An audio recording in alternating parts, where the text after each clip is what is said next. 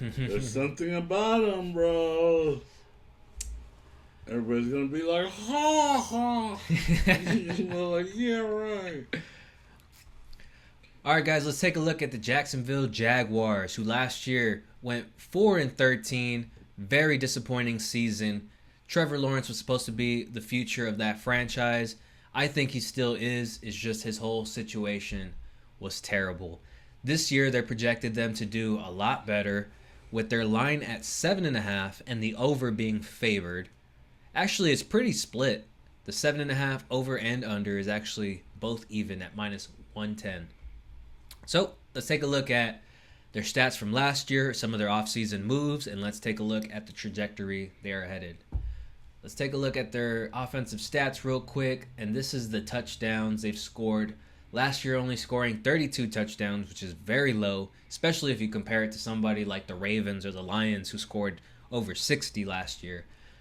Yards per game, 306 yards per game, which is also, like I said, very low. But maybe it's because they didn't run that many plays. You can see right here their average yards per play is 5.2 when everybody else is under. They didn't really get pass rush that much, it seems like, 27% on the lower side, so that's pretty good.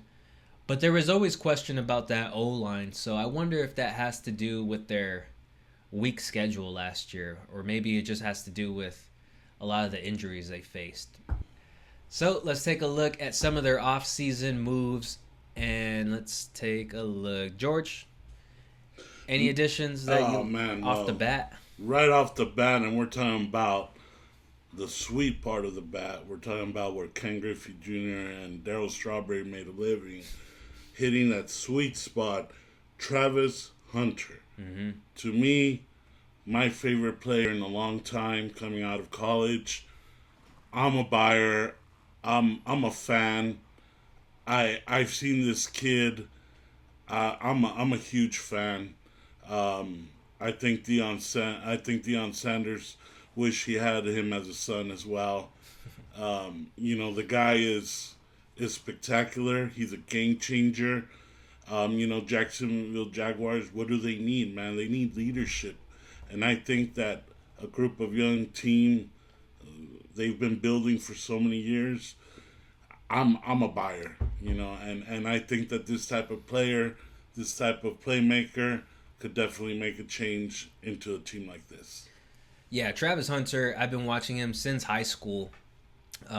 Obviously was graded the best athlete in the nation that year. Then we saw him in Jacksonville State doing his thing. Then as soon as he went to Colorado, put on a show. Those 2 years he was there. And he's going to be one of the only players you guys know playing both sides of the ball. There is a lot of question about that because of his frame. He is really skinny. You guys take a look at his legs. It's just the way the indent when he does those back pedals is just kind of weird. But I think he should be a solid player. He's going to be starting on both sides of the ball. And another addition that the Jags picked up was De'Ami Brown right here from the Commanders. Actually, he was moving around. I think he was on the Commanders, then the Eagles. But he's a solid receiver. Only 25 years old, so he's in his prime. And that's another wide receiver that you need to complement Brian Thomas, and then also Travis Hunter, who's not going to be on offense all the time.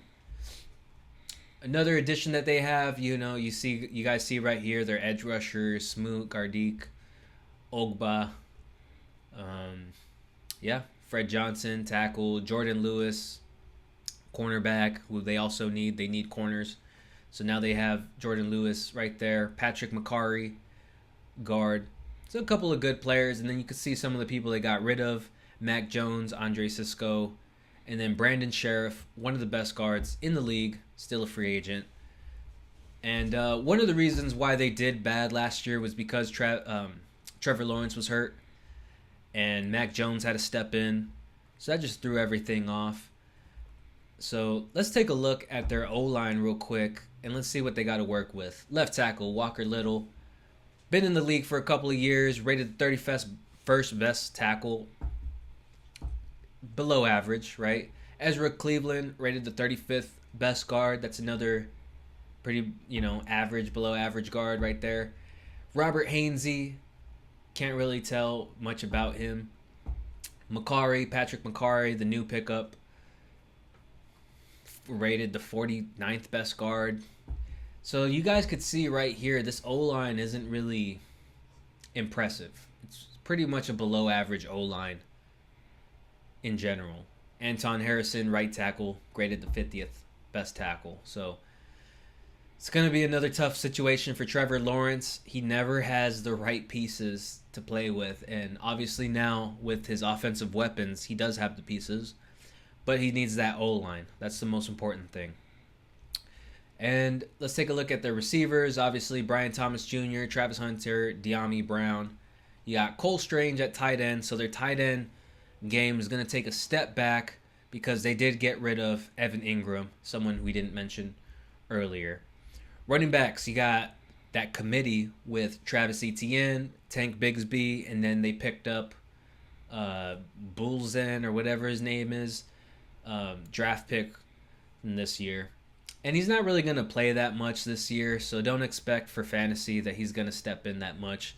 It's only if Etienne or Tank Bigsby goes down. And let's take a look at some of their other receivers they got to work with, because those three receivers are not enough. Trent Irwin, coming from the Bengals. He is a veteran, solid player. They just need to use him more. And he's pretty reliable, if you guys watch. Parker Washington, that's one of Trevor Lawrence's new favorite targets. They've kind of had a good rapport these past 2 years. He's on the shorter side, very quick, and great for their special teams. So that's pretty much who they have with their receiving options. Nothing crazy besides, obviously, Brian Thomas with the second year, Travis Hunter, and De'Ami Brown. I'm also excited about, Liam Cohen, being that he was an offensive coordinator for Tampa Bay last year. He did a really good job, I think, in helping Baker Mayfield be very successful. They definitely did a lot better than I thought they would do. And, maybe Liam, he's got a few set of skills that make him dangerous for people like you, Yeah.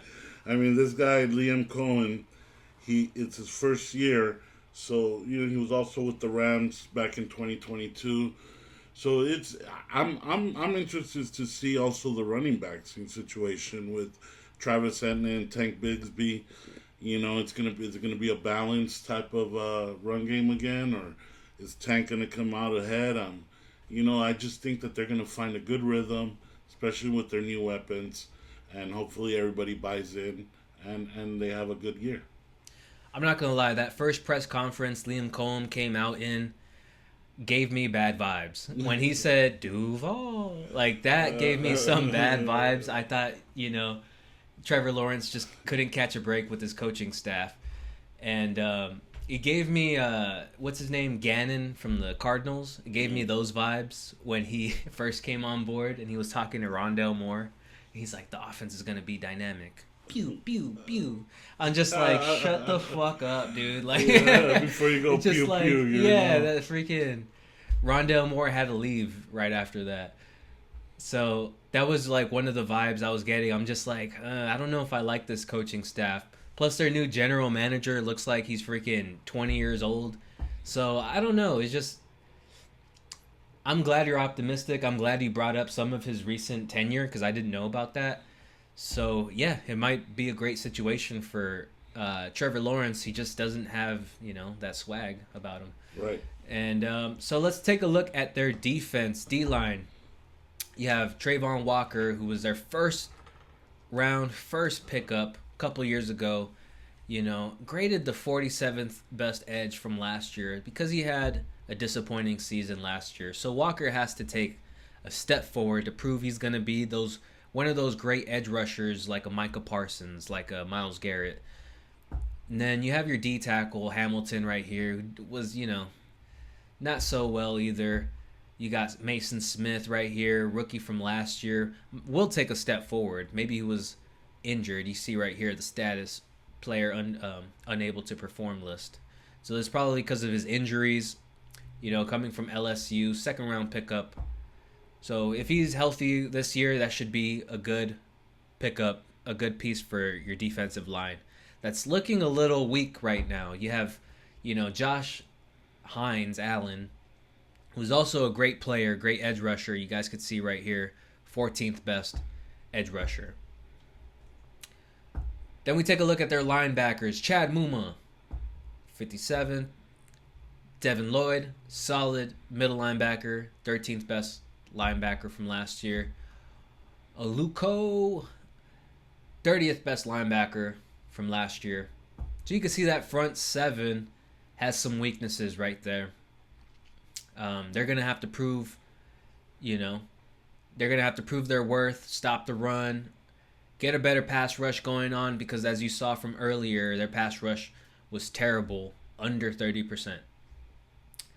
Let's take a look at their DBs, and you have right here Monteric Brown and Tyson Campbell. Tyson Campbell's pretty good, been there for a while. But their cornerbacks were questionable, so that's why they had to pick up Travis Hunter. He's going to play corner, and then also Jordan Lewis. Take a look at their safeties. Darnell Savage. Look at that. One of the worst safeties right. in the league. That's pretty bad. Yeah, that is pretty bad. So even though his name is Savage, it's like, come on, dog. Like, you got to step up for your name. Yeah. Eric Murray right here. Another bad safety. Rated the 53rd best safety. And he's been in the league for a while, so he's getting older. He's probably going to get slower. Ran a 4.5 as a rookie, so that's kind of tough to call, right? It's like, our offense is just going to throw it deep on them? Are they going to have all this time to pass because the pass rush isn't there? I mean, as long, like you said, his name is Savage, not Savage, Oh, brother, this guy stinks! So, yeah, it's just, what can we do about this? What can they do about this? That's probably why you guys might want to end up picking up some of their offensive players if their defense is going to give up so much. The one thing that I do like is that there are a lot of young players, so I'm just hoping for that fire to spark. And a lot of times with a lot of young players, if you give them something to follow, they'll grow, and it'll help a team like this that seems that has not have great leadership. We've all of us. There's a lot of people that believes in Trevor Lawrence. I guess we got to stick believing until the wheels fall off. Yeah, when he came out of college, I thought Trevor Lawrence, and just like everybody else, we all thought he was going to be like the next Peyton Manning. And I still think he's that great. If you guys watch his film, some of the throws that he made, anticipated throws where it was like, it looked like it was not open, then he throws the receiver open, was just beautiful. It just shows how much talent he has and how much of a difference maker he is. So, and that connection, man, Brian Thomas Jr., it's something good to build off of. Mm-hmm. I would say this about Brian Thomas Jr., where I watched his film. Obviously, he gets open. He's fast, he's tall. But if you're a tall 6'3" guy and you have your quarterback throwing it deep to you, as a receiver, it's either you or nobody else. You can't let the DBs pick it off. And that was one of Brian Thomas's problems last year, was that he kept trying to just catch it in stride. Even when the ball was underthrown, you have to get to the highest point. These corners and safeties were picking it off from him. And that just ruins the trust that a quarterback is going to give to this receiver, because the receiver wants to throw it up to somebody like Brian Thomas Jr. and say, hey, it's you or nobody else, And as a receiver, sometimes you have to play DB, so if the cornerback or the safety is about to pick it off, you got to swat that ball. But that's what Brian Thomas wasn't doing. He just kept trying to catch it in stride. And so he needs to fix that.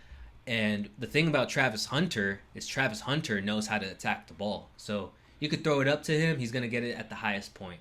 So that's actually a good addition for them right there. So with that being said, their line is at 7.5, very even. Let's take a look at their schedule to see what they're what they got to work with. Week 1 against the Panthers, one of their easiest matchups, but they match up very well. Wow, Panthers and Holmes against Jaguars. I expect a lot of big things from Carolina also this year, but I think that Jaguars have been long coming with it. So let's go Jaguars. If Travis Hunter is going to end up having to cover McMillan at some points, they both played each other back in high school, so McMillan knows how to play against Hunter and vice versa. They also played each other in college, so it's actually kind of cool to see that, right? Like, definitely. they played each other in high school, college, and now in the pros week 1. That's going to be badass. Then you got, they're going to Cincinnati to face the Bengals, where the Bengals are going to annihilate them. Right. And then they have the Texans week 3. I think the Texans pull that off. Defensively, they're just better, than the Jaguars defense. I agree. So we got 1-2 so far, and maybe even 0-3, which is very possible right here. Then you got the 49ers, who their defense is taking a step back this year, but their offense is going to take a step forward with CMC coming back, Ayuk coming back from injury, Pearsall, Juwan Jennings, Kittle, It's going to be tough right there. I just think, out of those 3 games, with CJ Stroud also, I think he's going to have a great year. I heard he looks great. I heard he's been working on his speed. And, of course, I'm a San Francisco 49er fan, but I do see them pulling out one of those 3 right there, which is one against either Houston, Frisco, or KC. I see them winning one of those, upsetting one of those 3 teams. I want them to upset KC, and I think it's going to be possible to upset KC. So how about we here. be optimistic and go 2-4 so far? So 2-4. So let's say they beat the Panthers, and then they beat either the Chiefs or the Niners or something like that. Right. Then they go, they're at home against the Seahawks, who the Seahawks have easily a top 3 defense, and their offense might have taken a step forward with Sam Darnold instead of Geno Smith. Who knows? I think the Seahawks should win this game. No problem. I don't know. I just see the weather being a little bit more humidity, a little bit more, in Florida style. I mean, that 6th man, I think they're going to need it a lot this year. Seattle is. I like Jaguars right there. I like the Seahawks on this one, and then they have the Rams the week after. You like the Jaguars against the Rams, or the Rams right here? Rams are a very great coach team. I think they're going to be ready for whatever the year so long for what the Jaguars have bring. I think Rams have a good chance of winning that game. Then they get the bye, and then they face the Raiders in Vegas. It's going to be a great matchup right here. Let's go Jaguars. We'll go Jaguars. Hey, we'll go Jaguars right here. Then they face the Texans week 10 at Houston. You think they split? I think it's either a split or Texans sweep. Yeah. So, 100% I agree with you on that one. I think, it is division. And a lot of times in the division, teams play each other differently. So let's go with the split then. Let's see if we can split them. Then they face the Chargers at home. I think the Chargers are just going to dominate too. Their offense is too good. Their defense is pretty solid. I agree. I think and then their coaching staff. I'm betting on Harbaugh over Cohen. Then they have, the Cardinals going to Arizona. That's going to be another good matchup too. Yeah, I like Arizona at home on that one. Arizona at home, I'm going to go with you. Arizona at home right here. Then they face the Titans, who we think they're going to either... Jags are going to sweep or split. Or split. So that's... Tough to call. I think they'll... Man. They have to split. They have to sweep. The Jags have to sweep in order for them to hit the over. That's correct. On the 7.5. That's the way I look at it. Mm-hmm. And it's going to be tough to call. Week 18, you think they'll pull something off? Who knows? Like you said, and they're going to win one of those 3 next games, 4 next games. Yeah, easier matchups right here. And you guys could see this schedule is actually on the easier side for them. Panthers. Obviously, the first couple of weeks are going to be tough. But then the second half, you got the Raiders. You got the Cardinals, Titans, Colts. Jets, Colts again, and Titans. So maybe all of their losses, most of their losses are going to come from the first half of the season, and then the second half of the season, they'll probably start winning more games, obviously. It's a tough one to call, man. 7.5. There's a reason why the odds are even right there on the over and under. One of the things is that obviously it's any division's tough in the NFL, but this one it's not as tough of the division, and I have high hopes for the Jaguars this year. I have to go with the over. George is going with the over. I'm going to be the contrarian for this one. I'm going to go with the under, and I'm going to say that they win 7 games this year, which is still an improvement from last year, only winning 4 games. So that's what we got for the Jags this year. Let us know what you guys think, and I'll see you guys on the next one.